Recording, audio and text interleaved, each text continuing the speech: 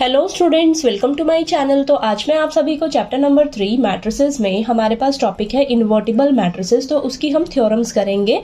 पिछली वीडियो में मैंने थ्योरम नंबर 3 करवाई है, यूनिकनेस ऑफ इनवर्स। तो अगर आपने अभी तक नहीं देखी है वीडियो तो प्लीज़ जाकर देखिएगा, ठीक है। अब इस वीडियो में हम करेंगे थ्योरम नंबर 4। हमें दिया है if A and B are invertible matrices of the same order then A into B का whole inverse is equal to B inverse into A inverse. तो ये थ्योरम हमें कहती है कि अगर आपके पास ए और बी दो इन्वर्टिबल मैट्रिसेस हैं और दोनों ही आपकी सेम ऑर्डर की हैं, ठीक है, ये दोनों इन्वर्टिबल मैट्रिसेस हैं, यानी कि इन दोनों का इनवर्स एग्जिस्ट करता है, ठीक है। अब हमें क्या प्रूफ करना है कि ए मल्टीप्लाई बी अगर करें और उसका होल इनवर्स करें तो वो हमारा किसके इक्वल आना चाहिए, B inverse into A inverse के। तो हमें इस चीज को यहाँ पर प्रूफ करके दिखाना है, ठीक है। तो बहुत ही इजी है और ये थ्योरम बहुत इंपॉर्टेंट है आपकी, तो ध्यान से समझिए कैसे करेंगे, ठीक है। तो देखिए, हमें पता है कि मान लीजिए आपके पास कोई मैट्रिक्स है, ए मैट्रिक्स, ठीक है। तो अगर हम किसी भी मैट्रिक्स को उसके इनवर्स से मल्टीप्लाई करते हैं तो हमें क्या मिलता है, आइडेंटिटी मैट्रिक्स मिलता है, ठीक है। ये चीज आपको पता है ना, ठीक है। किसी भी मैट्रिक्स को अगर हम उसके इनवर्स से मल्टीप्लाई करते हैं तो हमें क्या मिलता है, आइडेंटिटी मैट्रिक्स मिलता है, ठीक है। तो इसी कंसेप्ट को हम यहाँ पर यूज करने वाले हैं, ठीक है। तो यहाँ पर हमारे पास ए और बी दो इन्वर्टिबल मैट्रिसेस हैं। तो हम क्या कर रहे हैं, यहाँ पर ए इंटू बी को अगर हम इसके इनवर्स से मल्टीप्लाई कर दें तो हमें क्या मिलेगा, आइडेंटिटी मैट्रिक्स ही तो मिलेगा, ठीक है, ठीक है ना। तो देखिए, ए और बी इन्वर्टिबल मैट्रिसेस हैं, तो इन दोनों को अगर हम इसी के इनवर्स से मल्टीप्लाई कर दें तो ये किसके इक्वल आएगा, हमारा आइडेंटिटी मैट्रिक्स के इक्वल आएगा, ठीक है। ये चीज क्लियर हुई आपको। अब देखिए, अब इसी पे हम क्या करेंगे, ऑपरेशंस लगाएंगे। ऑपरेशंस लगा कर हम क्या करेंगे, ये प्रूफ करके दिखाएंगे, ठीक है। तो अब ध्यान से समझिए इसको कैसे करेंगे हम। अब यहाँ पर देखिए, आपको लेफ्ट हैंड साइड में क्या चाहिए, सिर्फ ए इंटू बी का होल इनवर्स, ठीक है, ये चाहिए। और इसे हमें राइट हैंड साइड में आपको ये चाहिए, इसके इक्वल प्रूफ करना है, ठीक है। अब यहाँ पर आप ध्यान से देखिए, आपको लेफ्ट हैंड साइड में सिर्फ ना ये रहना चाहिए, ठीक है, ए इंटू बी का होल इनवर्स रहना चाहिए। यहाँ पर आपके पास क्या है, ए इंटू बी ये भी है, ठीक है। तो यहाँ पर हम क्या करेंगे, अब यहाँ पर ऑपरेशंस लगाएंगे स्टेप बाय स्टेप और ए इंटू बी को हम क्या करेंगे, यहाँ से खत्म करेंगे, ठीक है। तो अब कैसे करेंगे समझिए यहाँ पर।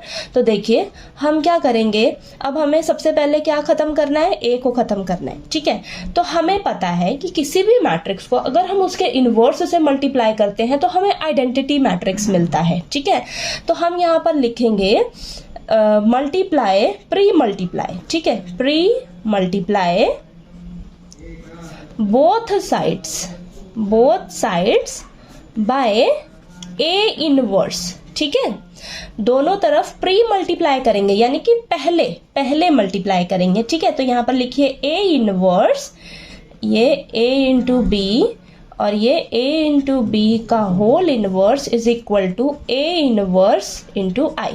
ये चीज समझ आई आपको। दोनों तरफ हमने प्री मल्टीप्लाई किससे किया, ए इनवर्स से, ठीक है। अब यहाँ पर ध्यान से समझिए आप। अब हम क्या करेंगे, इसको इस तरीके से लिख सकते हैं, ए इनवर्स इंटू ए एक ब्रैकेट में इंटू बी, और ये हमारा ए इंटू बी का whole inverse is equal to, अब A inverse into I, A inverse into I को हम लिख सकते हैं ए इनवर्स, क्योंकि किसी भी मैट्रिक्स को हम अगर उस आइडेंटिटी मैट्रिक्स से मल्टीप्लाई करते हैं तो हमें वापस से वही मिलता है, ये तो हमें पता है ना, ठीक है। तो इसको हम यहाँ पर ऐसे लिख सकते हैं, ठीक है। और इसको मैंने देखिए, ये दोनों जो है सेम ही होता है, हमने मल्टीप्लिकेशन ऑफ मैट्रिसेस की प्रॉपर्टीज में पढ़ा है ना, एसोसिएटिव लॉ, ठीक है। तो वो वाला यहाँ पर कंसेप्ट यूज कर रहे हैं। तो देखिए, अब इसकी जगह ए इनवर्स इंटू ए, हमें क्या मिलेगा, इसकी जगह आई मिलेगा, ठीक है। किसी भी मैट्रिक्स को उसके इनवर्स से मल्टीप्लाई करते हैं तो हमें आइडेंटिटी मैट्रिक्स मिलता है, ठीक है। तो इसकी जगह हमने आई लिख लिया, आई इंटू बी, और यहाँ पर आ जाएगा आपके पास ये तो ए इंटू बी का whole inverse as it is equal to A inverse, ठीक है। अब किसी भी मैट्रिक्स को अगर हम आई से मल्टीप्लाई करते हैं तो हमें वापस से वही मिलता है, ठीक है। तो इसको आप ऐसे लिख लीजिए, ठीक है। ये आ गया आपके पास, इतना क्लियर हुआ आपको? ठीक है, अभी भी देखिए, अभी भी आपके पास लेफ्ट हैंड साइड में आपको तो सिर्फ यही चाहिए ना। ठीक है, अभी भी क्या है यहाँ पर? बी है। ठीक है, अभी हमें फिर से ऑपरेशन लगाना पड़ेगा और बी को खत्म करना पड़ेगा। ठीक है, अब इसको खत्म करना पड़ेगा, फिर से हम क्या करेंगे? फिर से हम प्री मल्टीप्लाई करेंगे बोथ साइड्स। ठीक है, फिर से हम करेंगे pre multiply both sides by B inverse. ठीक है, बी इनवर्स से अब दोनों तरफ मल्टीप्लाई करेंगे, तो ये आ जाएगा आपके पास बी इनवर्स इंटू बी, और यहाँ पर ए बी का whole inverse is equal to B inverse into A inverse. चलिए, इतना क्लियर हुआ आपको? ठीक है, अब यहाँ पर देखिए, किसी भी मैट्रिक्स को उसके इनवर्स से मल्टीप्लाई करें अगर, तो हमें क्या मिलता है? आइडेंटिटी मैट्रिक्स मिलता है, और ये आपका as it is A into B का whole inverse is equal to B inverse into A inverse. ठीक है, तो यहाँ पर देखिए, अब हम किसी भी मैट्रिक्स को आइडेंटिटी मैट्रिक्स से मल्टीप्लाई करें तो हमें वापस से वही मिलता है। ठीक है, वही एज इट इज आ जाएगा, तो इसे हम ऐसे लिख सकते हैं, ए इंटू बी का whole inverse is equal to B inverse into A inverse. ठीक है, हमें यही तो प्रूफ करना था। ठीक है, यही प्रूफ करना था ना कि जो हमारा a इंटू बी का होल इनवर्स है वो किसके इक्वल होना चाहिए? आपका b inverse into a inverse के। ठीक है, ये चीज़ क्लियर हुई आपको?